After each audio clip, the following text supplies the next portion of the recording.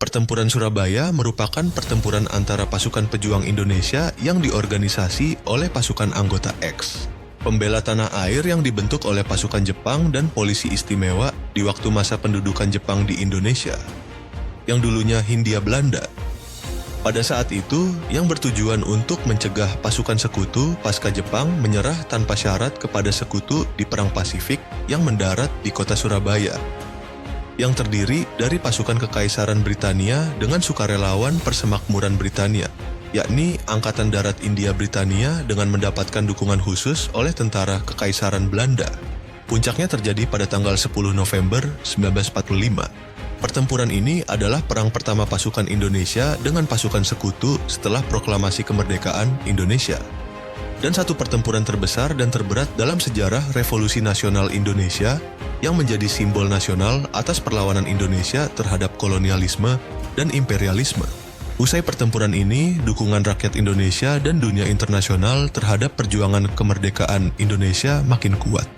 10 November diperingati setiap tahun sebagai Hari Pahlawan di Indonesia. Ketika pasukan Britania mendarat pada akhir Oktober 1945, Surabaya digambarkan sebagai benteng bersatu yang kuat di bawah pemuda.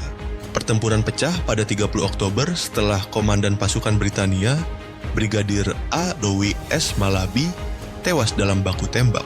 Britania melakukan serangan balasan punitif pada 10 November dengan bantuan pesawat tempur. Pasukan kolonial merebut sebagian besar kota dalam 3 hari. Pasukan Republik yang minim senjata melawan selama 3 minggu. Dan ribuan orang meninggal dunia ketika penduduk kota mengungsi ke pedesaan.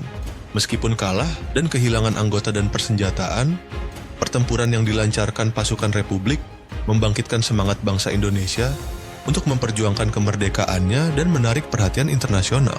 Belanda tidak lagi memandang Republik sebagai kumpulan pengacau tanpa dukungan rakyat. Pertempuran ini juga meyakinkan Britania untuk mengambil sikap netral dalam Revolusi Nasional Indonesia. Beberapa tahun kemudian, Britania mendukung perjuangan Indonesia di PBB.